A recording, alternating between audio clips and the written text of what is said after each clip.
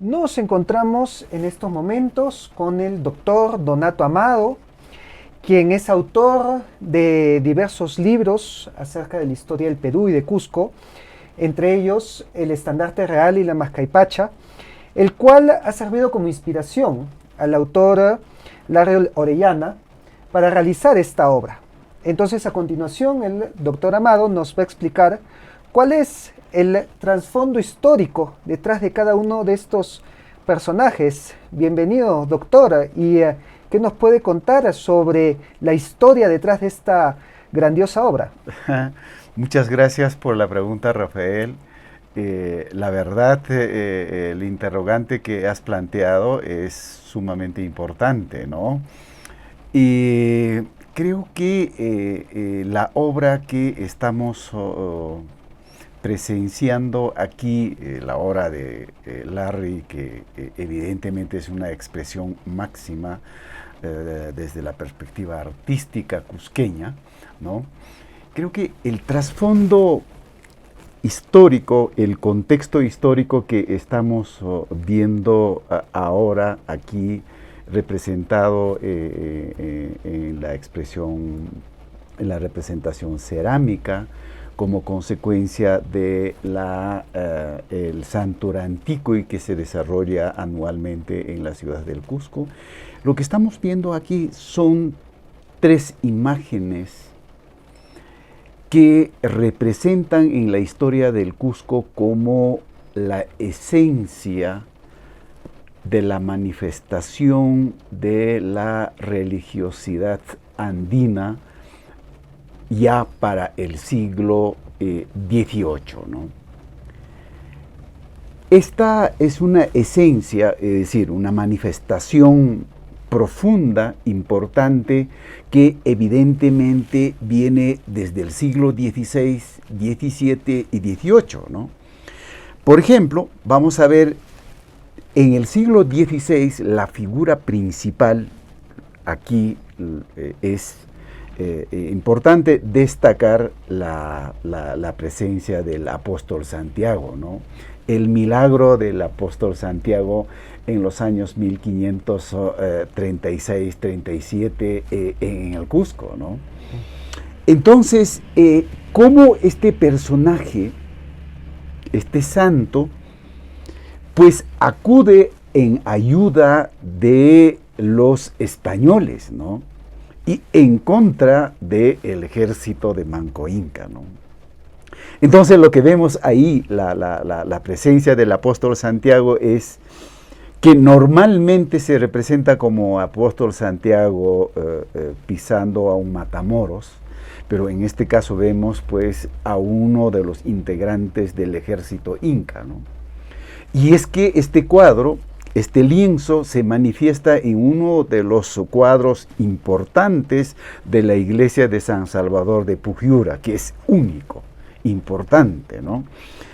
Y el segundo personaje que tenemos es la Virgen de Belén, que también es una imagen eminentemente española, una manifestación española. O sea, es suficiente darnos cuenta de cómo el obispo Moinedo tiene un fe espectacular hacia la Virgen y realiza una serie de devociones importantes. Y en el tercer término tenemos al Señor de los Temblores, ¿no? Que a partir del terremoto de 1650 se convierte en el patrón jurado del Cusco, ¿no? Pero es importante señalar el antecedente inmediato del patrón jurado de la ciudad del Cusco, como es el Señor de los Temblores.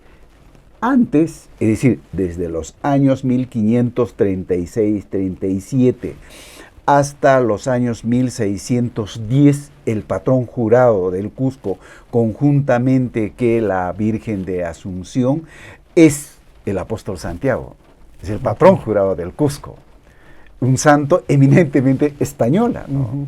¿no? Y cómo por la gestión y la manifestación de la orden jesuítica y como consecuencia de la beatificación de San Ignacio de Loyola en el año 1610, va a haber otro patrón jurado paralelo al apóstol Santiago, que es San Ignacio de Loyola, a petición estrictamente de los descendientes incas, a petición del cabildo de los 24 electores del alférez real inca, ¿no? Y cómo a partir de 1650 en adelante, poco a poco se convierte en una de las cofradías más importantes de la sociedad cusqueña, el Señor de los Temblores, hasta lograr convertirse como patrón jurado del Cusco.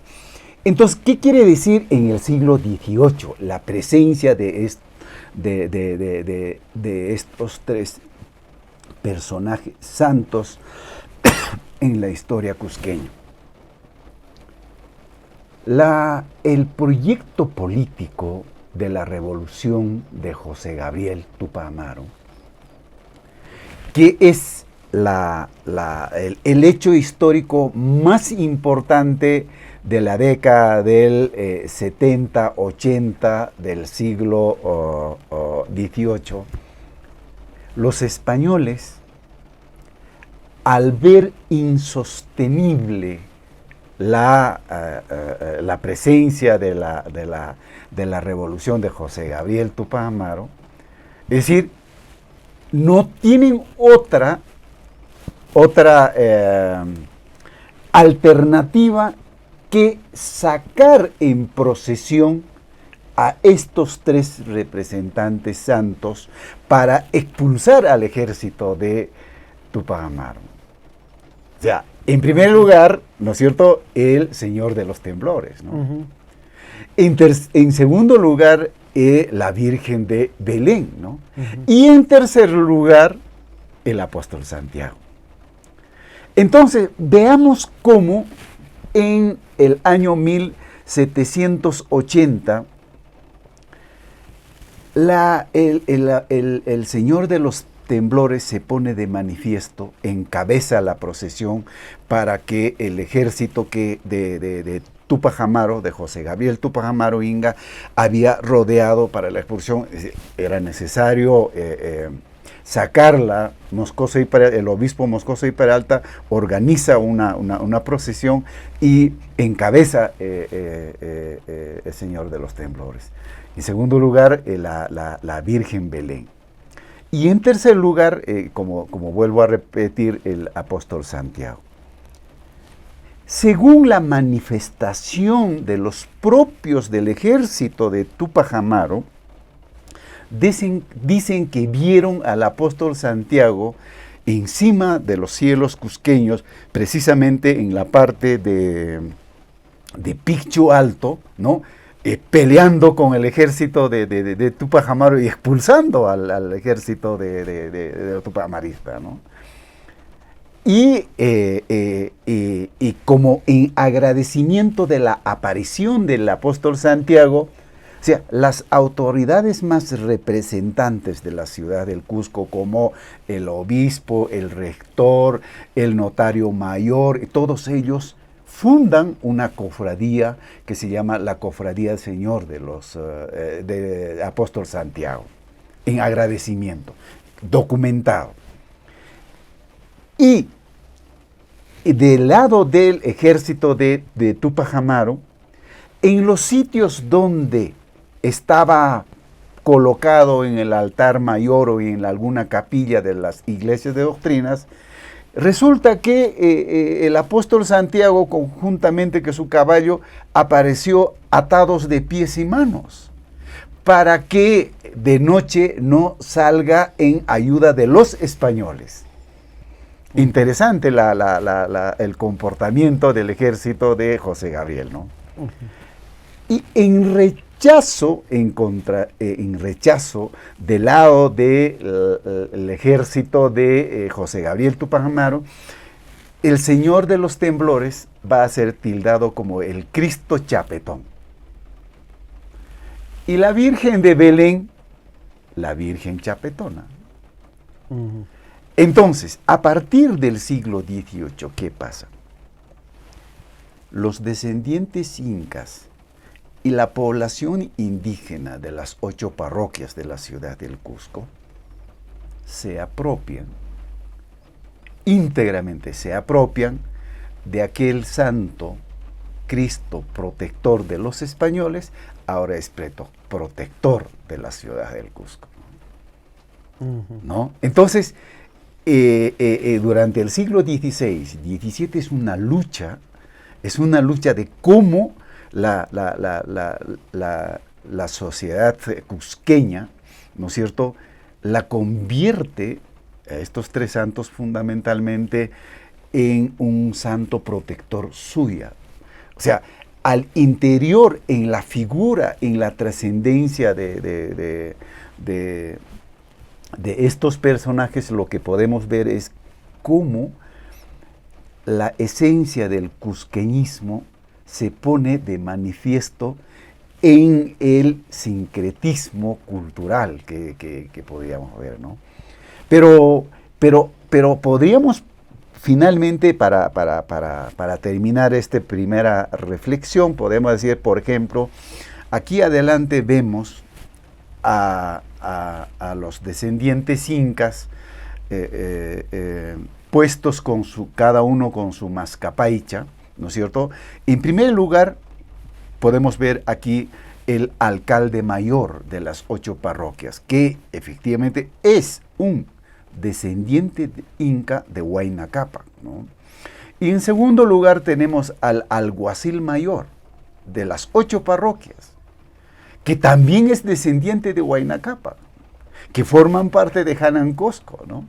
Y en el tercer lugar vemos un alférez real inca de las 8 parroquias, ¿no?, con sus respectivas esposas, ¿no?, que están manifiesto en la iglesia del Triunfo, ¿no?, donde están orando, ¿no es cierto?, celebrando la feliz aparición de la Virgen de Descensión o de Sunturuasi, ¿no? Entonces, aquí creo que hay que destacar la imaginación y la representación del artista, ¿no?, como Larry, ¿no?, de que ha podido sintetizar, ¿no es cierto?, a través de esta representación tan magnífica y interesante, ¿no?, y que, si me permites, finalmente referir aquí, creo que hay un personaje que también, como parte de la gestión y de la imaginación, también es Rosita, ¿no?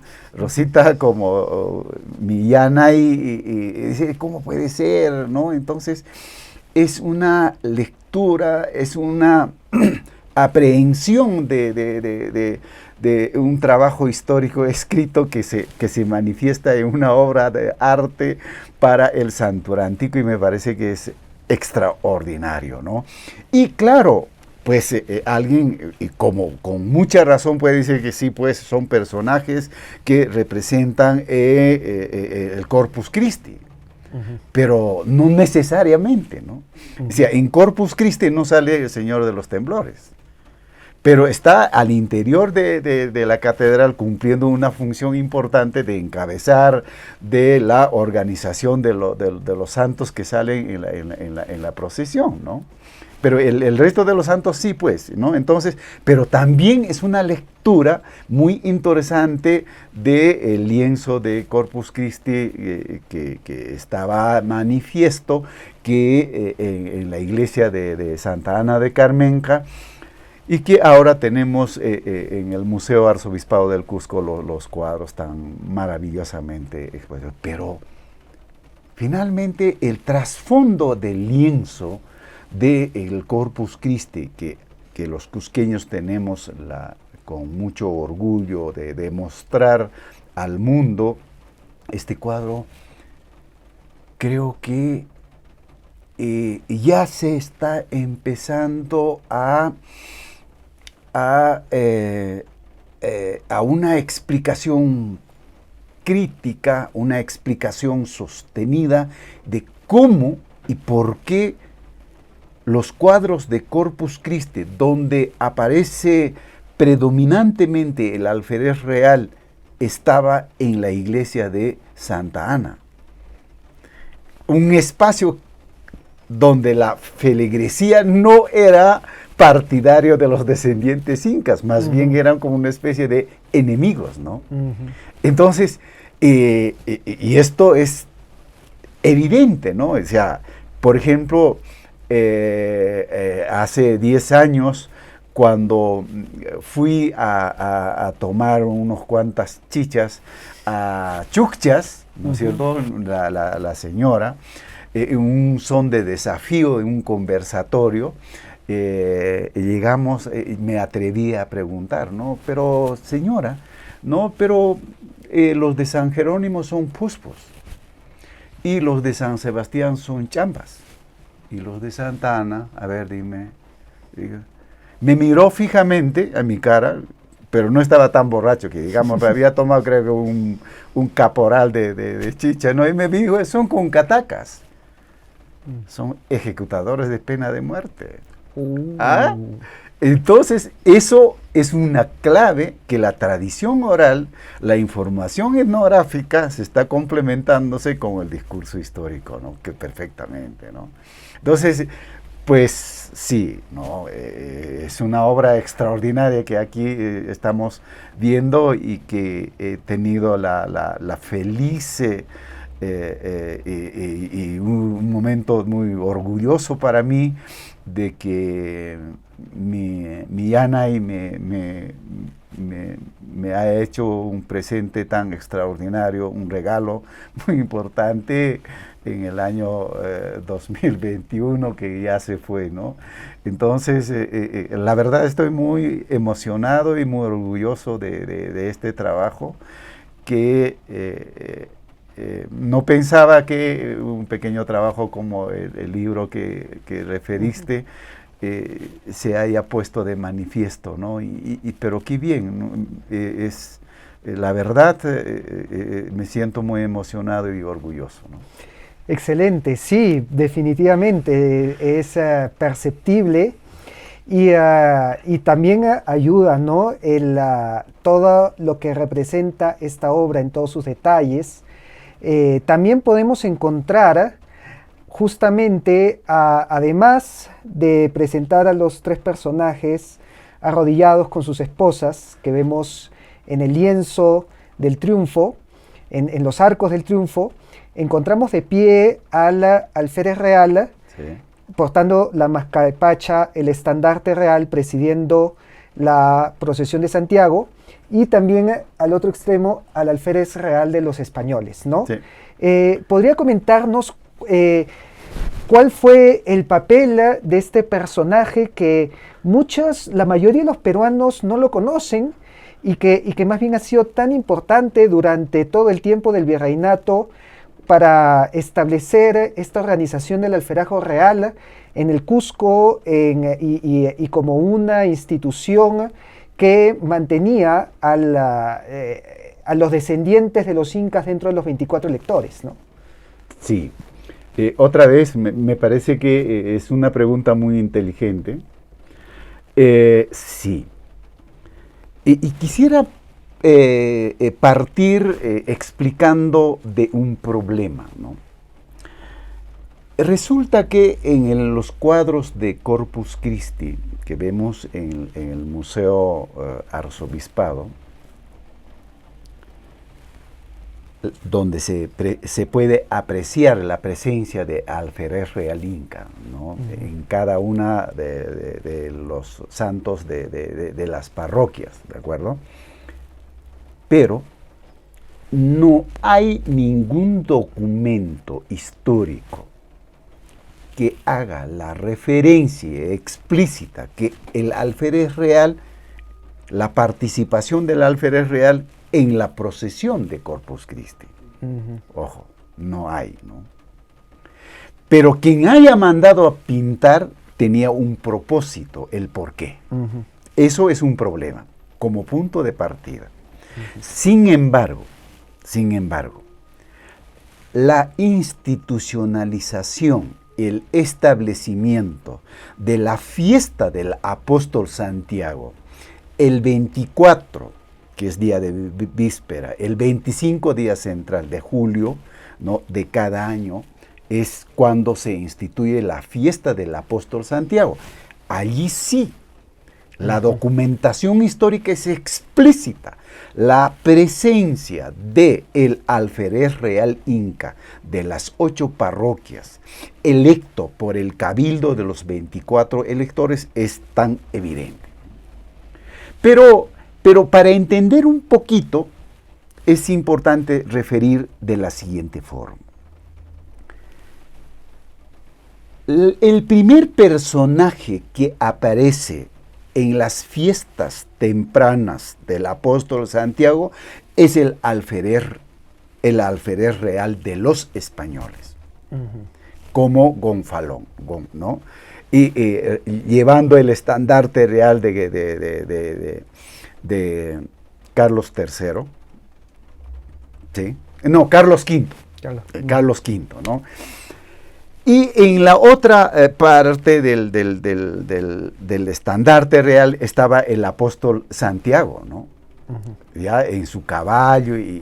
Entonces, eso era la misión de sacar el estandarte real de Carlos V, era el alférez real de los españoles. O sea, sí, la fiesta del apóstol Santiago se instituye de acuerdo a los libros del Cabildo del Cusco en el año 1559. Entonces, desde el año 1559 hasta el año 1562 y 3 es la plena participación del alférez real de los españoles, ¿no?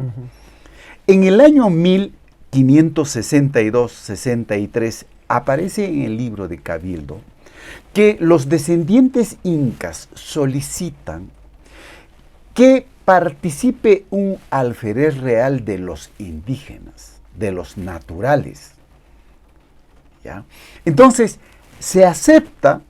Entonces, a partir de ese año tenemos la presencia del alférez real de los naturales, ¿no? Entonces, entre el año 1562 y 1594-95, en ese periodo, para elegir un alférez real de los naturales era muy difícil, porque en ese momento no estaba institucionalizado el cabildo de los 24 electores, ¿no? Entonces, la elección, otros entraban los que no eran descendientes incas, solo por el hecho de que tenían alguna familiaridad con el corregidor o con juez de naturales o con el procurador, entonces aprovechaban esa relación y poderse elegir como alférez real. Entonces, en el cuadro de Corpus Christi nosotros podemos percibir quienes no tenían derecho de llevar la mascapaicha y solo podía llevar el estandarte real, por ejemplo, se muestra claramente en la lectura de eso. Entonces, como se ha percibido un desorden, una pelea, una lucha tenaz entre los descendientes incas entre los años 1563 y 1594, entonces la autoridad colonial lo que hace es, no, pues aquí hay un desorden, ¿no? O sea, están siendo elegidos los que no son descendientes incas y esto es un desorden, ¿no? Bueno, entonces el corregidor del Cusco y todas las autoridades de los españoles convocan, ¿no? Muy bien, hay que convocar a todos los descendientes incas que sostenidamente hayan probado, es decir, hayan hecho una probanza de su descendencia, ¿no? Y convocan un día de 24 de junio. ¿No? Convocan, entonces todos vestidos de sus uncus y sus distintivos de cada ayllu, de los Hanan Cosco y de los Urin Cosco, ya están ahí.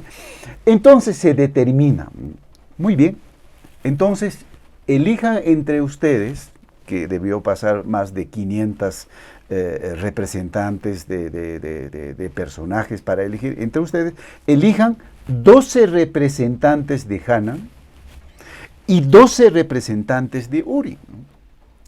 Entonces, estos van a constituir el cabildo de los 24, ¿no? Aparentemente la suma de 12 más 12 es 24.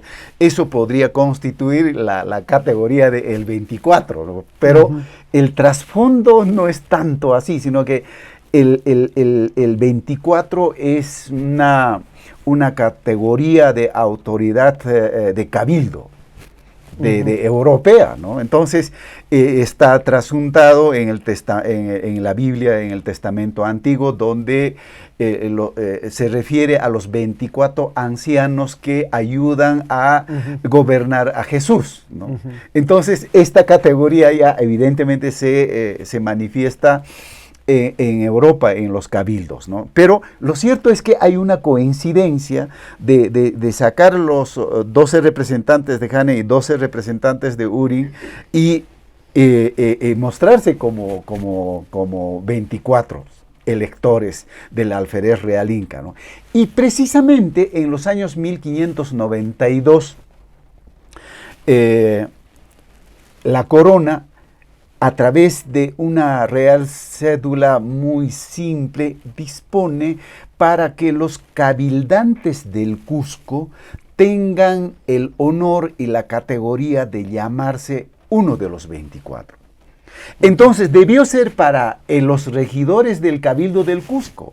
No fue así, sino fue transferida para los descendientes incas y que pudieran denominarse el Cabildo de los 24 electores, ¿no? Entonces, estos Cabildos de los 24 electores, pues, eligen el 24 de junio de cada año, el día de San Juan Bautista, ¿no es cierto? Eligen el alférez real inca un mes antes, para que el 24 de julio pueda sacar el estandarte real, puesta con su mascapaicha y todo eso, y que en la misa de Te Deum, en la catedral, ¿no?, pueda participar en la misa y en la procesión, ¿no? Entonces, al lado izquierdo estaba el alférez real de los incas y al lado derecho estaba el alférez real de los españoles, escuchando la misa Te Deum, ¿no? Entonces, en la procesión igualmente, pues tenían su orden jerárquico, ¿no? En la plaza de San Francisco es donde celebraba el alférez real de los españoles, y en la plazuela de San Juan de Dios, que todavía es en el Teatro del Inca. Ahí se celebra, ¿no es cierto?, festejaban las vivas correspondientes al pendón real de su majestad, tanto el alférez real inca en San Juan de Dios y en el Teatro del Inca, y el de los españoles en San Francisco. Entonces, cada año se repetía todo eso, ¿no? Entonces, estas elecciones, la participación en las misas, pues eran sumamente difíciles. Había momentos en que el español alférez real no concebía que un indio esté al lado suyo, ¿no?, de rodillas, ¿no?, y a veces utilizando su autoridad mandaba quitar la almohada que podía ponerse a la rodilla, ¿no? Entonces había un juicio, habían reclamos, ¿no? Pero no fue tan fácil que digamos, había una lucha tenaz de estos dos alféreces reales en la celebración de la fiesta del apóstol Santiago, ¿no? Correcto, claro que sí. Y regresando a los santos patronos, también muchas personas, muchos autores han hablado acerca de un sincretismo cultural. Por ejemplo, sabemos que a Santiago en la Biblia se le llamaba el hijo del trueno, y que en los Andes al trueno se le identificaba como Illapa, y por eso a Santiago también se le identificaba con Illapa, sí, ¿no? Podemos ver que ha existido este sincretismo en la procesión, cuando salían los santos, cuando existían estas fiestas religiosas? Bueno, mira, Rafael, creo que tú has venido preparado, muy preparado para hacer las preguntas tan precisas y espectaculares.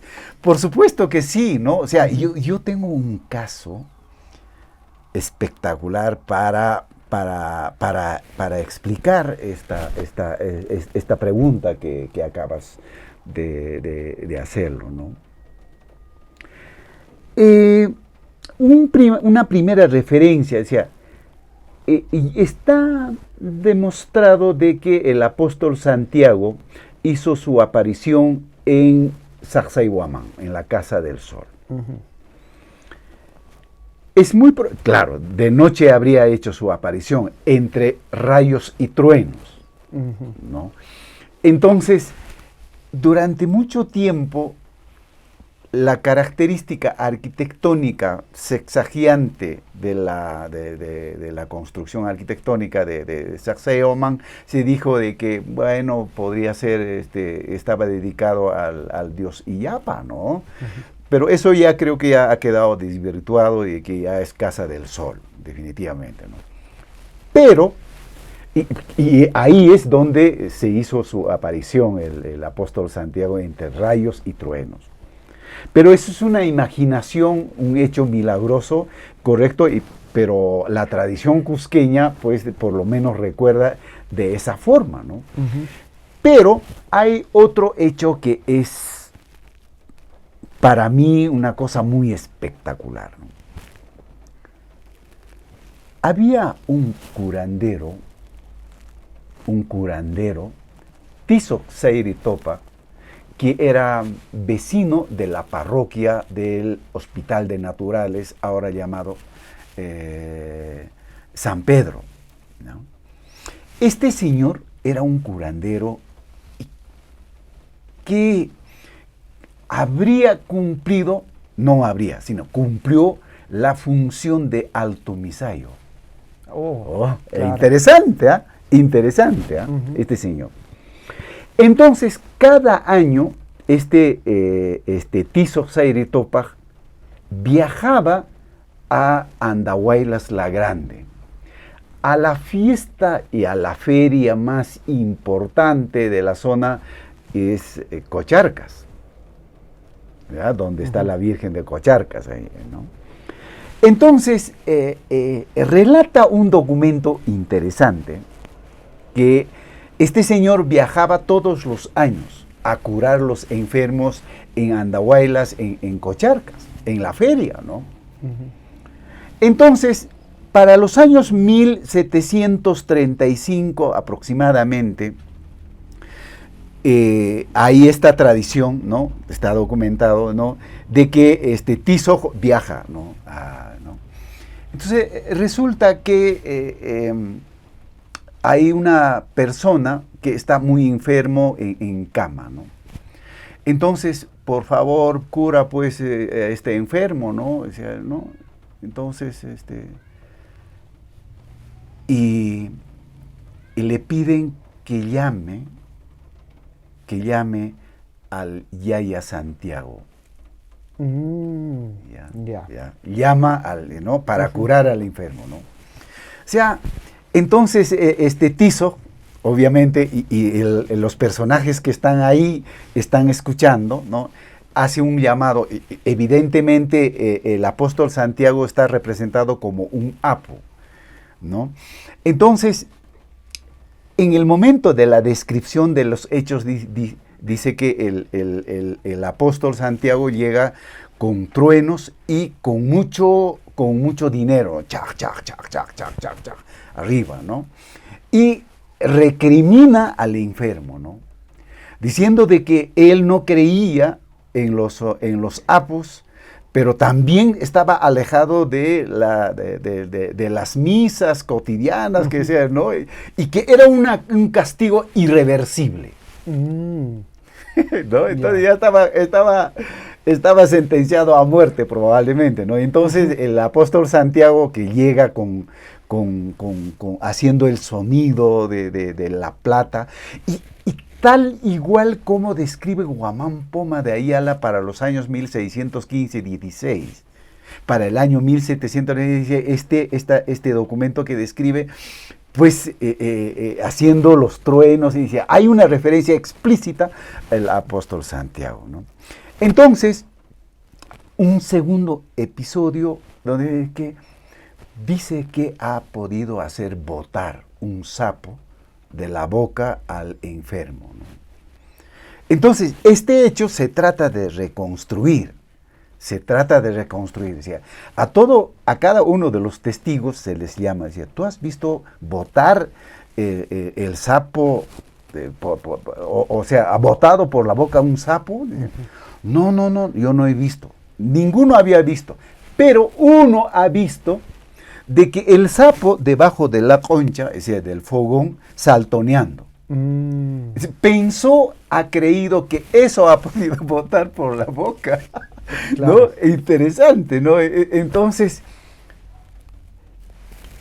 este documento es tan interesante que describe, creo que más allá de un concepto del sincretismo, creo yo, ¿no? O sea, aquí me parece que la actitud de Tiso Sayri-Topa es una coherencia de una especie de continuidad. ¿Por qué digo esto? Porque los Tiso Sayri-Topa son descendientes de Yoke Yupanqui y que por otro momento se identifican como descendientes de Willaj Uma, el sacerdote máximo, ¿no? Claro. Entonces, en el siglo XVI, ¿de dónde? A ver, ¿cuál es tu descendencia? De Willaj Uma. Entonces, aquí hay una información tan rica. O sea, ¿por qué Tizoc? O sea, ¿esto no es una categoría azteca? Tizoc. ¿Y qué es un Tizoc en azteca, en México? También es un sacerdote, ¿no? Entonces, ¿quién estaba a cargo de la evangelización de la parroquia de Belén? Los mercedarios. Y los mercedarios estuvieron primero en México. Y cuando ellos perciben a los Tizoc, dije, descendiente de Willaj Uma. Perfecto. Tizoc. Y seguramente le explicarían que Tizoc también era un sacerdote. Sí, ¿no? Entonces, desde ese momento ya Tizoc Sayri-Topa. Claro. Una hipótesis un poco descabellada, pero hay una correlación tan interesante en eso, ¿no? No, sí, definitivamente aquí vemos lo rico que es nuestra cultura y que se puede expresar, ¿no?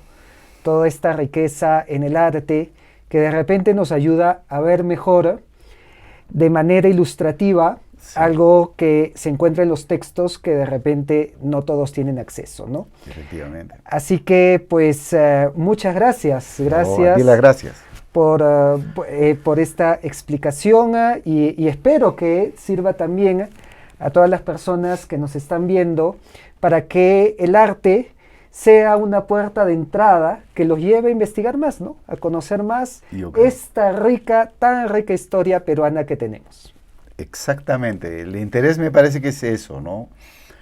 Creo que la fortificación, la dinamicidad de la investigación es muy importante, ¿no? Creo que el Cusco se lo merece, ¿no? Se lo merece desarrollar trabajos tan sostenidos, tan profundas, pero con una explicación que por lo menos se aproxime científicamente, ¿no? O sea, si hablamos científicamente, pues que sea sostenida con abundante información y que y creo que otra vez Cusco creo que es una ciudad inca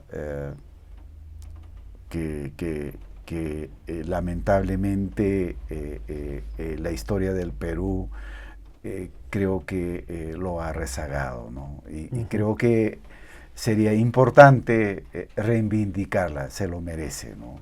Si esto es un mecanismo, si esta forma de manifestarlo y difundirlo es un mecanismo para el reconocimiento de que el Cusco pueda de alguna otra forma resurgir y dinamizar su historia, en buena hora. Y gracias por todo, ¿no? Y gracias a usted, doctor Donato Amado. Gracias también a Larry Orellana por esta hermosa obra y gracias a todas las personas que han visto este video. Les invito también a compartirlo para difundir más nuestro arte y nuestra historia del Perú. Gracias. Gracias.